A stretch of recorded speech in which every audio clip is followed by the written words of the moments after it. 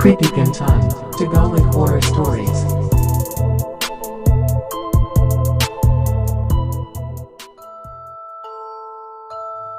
Ako po si Philip, isang college student. Nag-aaral ako sa isang kilalang university sa siyudad ng Maynila. Nasa probinsya naman ang aking mga magulang, kaya umuupa lang ako sa isang dormitory na malapit sa aking pinapasukan. Okay naman ang aking landlady. Siya nga ang nagiging alarm clock naming mga estudyante kapag puyat kami sa kaka-review para sa exam. Mahirap din kasing maging dean's lister tulad ko na kailangang i-maintain ang mga grades. Kaya talagang subsob ako sa pag-aaral.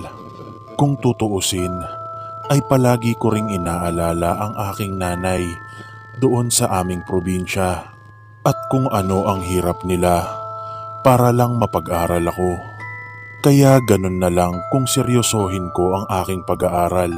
Isang araw, paalis na ako ng dormitory at papasok na sana ng eskwela nang tawagin ako ng aking landlady.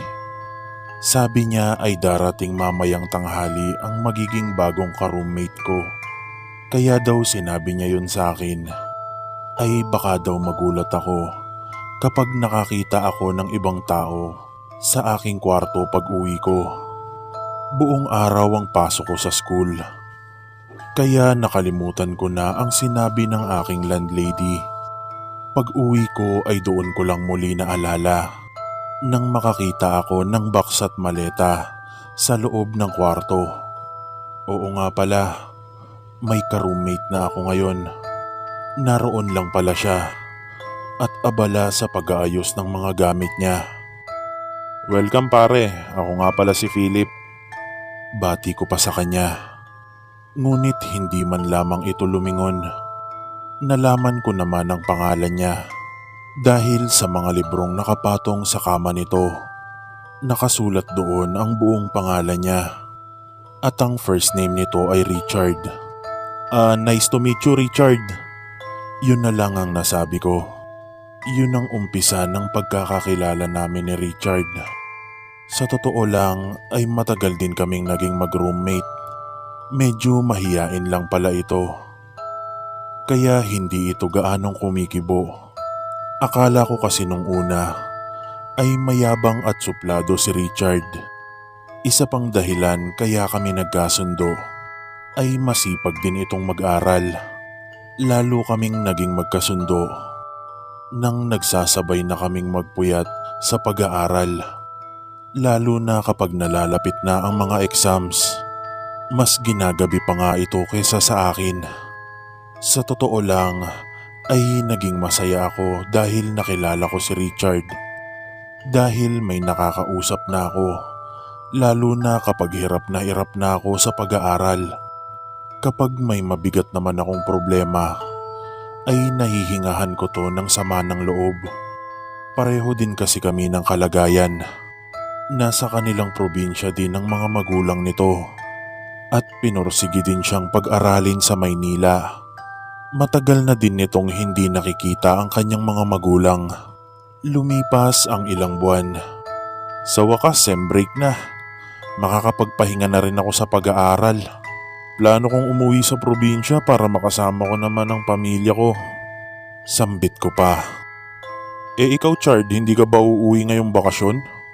Tanong ko naman kay Richard. Ayokong umuwi pare. Eto pare, aaminin ko na sa iyo yung totoo. Kaya ayokong umuwi. Dahil doon nasawi ang girlfriend ko. Ayokong umuwi kasi ayoko ding maalala. Pero baka pwede akong humingi ng pabor sa'yo. Total, madadaanan mo rin naman ang bayan namin. Pwede bang pakibigay mo na lang itong sulat sa magulang ko? Ito naman ang address, isinulat ko sa isang papel. Pakiusap ni Richard. O sige pare, walang problema. Sagot ko. Tinulungan pa ako ni Richard na mag-impake. Bago ako umalis, ay hinabili niya ulit ang sulat. Pare, huwag mong kakalimutan yung sulat ha. Sabi pa nito.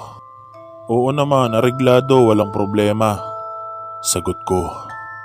Mga ilang oras din ang naging biyahe ko pauwi sa amin. Sa sobrang excited kong makauwi, ay naisipan kong kinabukasan ko na lang ihahatid ang sulat sa pamilya ni Richard sa kabilang bayan. Sinulit ko muna ang pakikipagkwentuhan sa nanay ko at pumunta din ako sa bahay ng aking mga tiyuhin para makakwentuhan na rin ng aking mga kababata at mga pinsan. Mabilis lumipas ang mga oras. Kinabukasan ay nagpaalam ako kay nanay para maihatid ko ang sulat ni Richard. Kaya pumayag naman ito. Pagdating ko doon ay nahirapan pa akong hanapin ang bahay nila Richard. Wala kasing nakakakilala sa kanila sa lugar na iyon. Kaya't nagtanong-tanong pa ako sa mga nakita kong taong naroon. Ngunit laking pagtataka ko nang mapansin kong nagulat sila sa pinakita kong address na ibinigay ni Richard. Sinabi ng mga ito na nasa dulo pa ito ng bayang iyon. Napakalayo pala talaga ng bahay nila. Malayo sa iba pang kabahayan sa lugar. Sa wakas ay nakita ko na rin ang bahay. Napakalaki pala ng bahay nila. Napakataas pa ng bakod. At malawak din ng bakuran.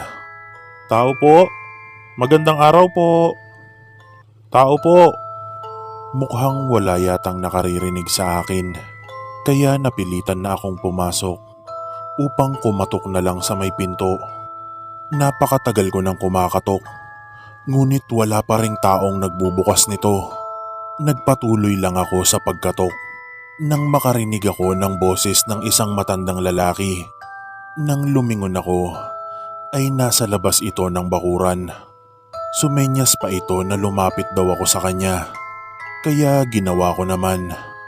Tinanong niya ako kung ano daw ang kailangan ko sa bahay na iyon. Dahil matagal na daw kasing walang nakatira sa bahay na iyon. At yung palang matanda ang katiwala sa bahay na iyon.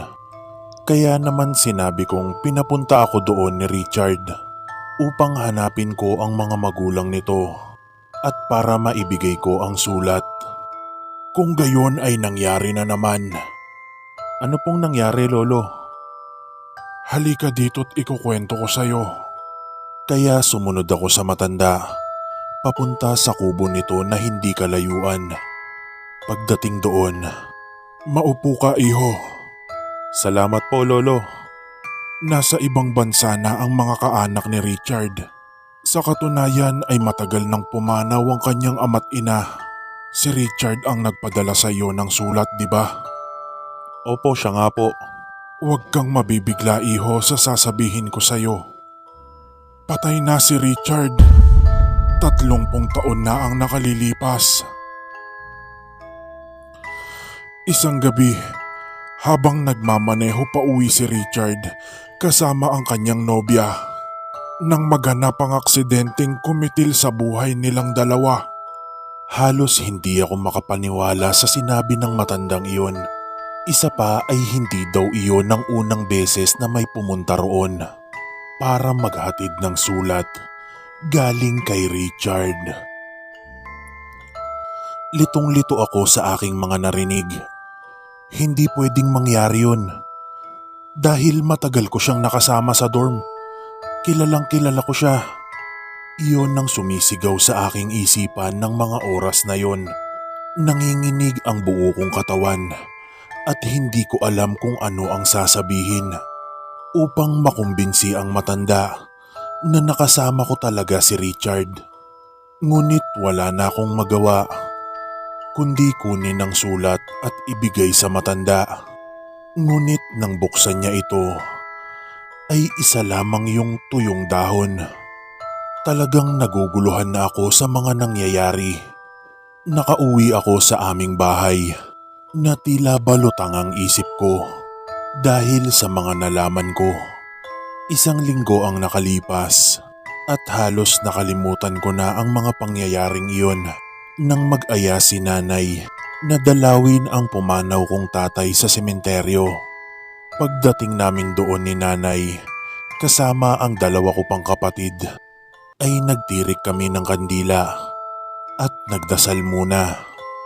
Pagkatapos noon ay nakaramdam ako ng isang banayad na ihip ng hangin. Maya-maya pa ay napagpasyahan kong maglakad-lakad muna. Nang muling umihip ang banayad na hangin at mula sa harapan ko ay may napansin akong unti-unting bumabagsak na mga tuyong dahon. Sinundan ko iyon ng tingin hanggang tuluyang lumapag ang mga iyon sa paanan ko.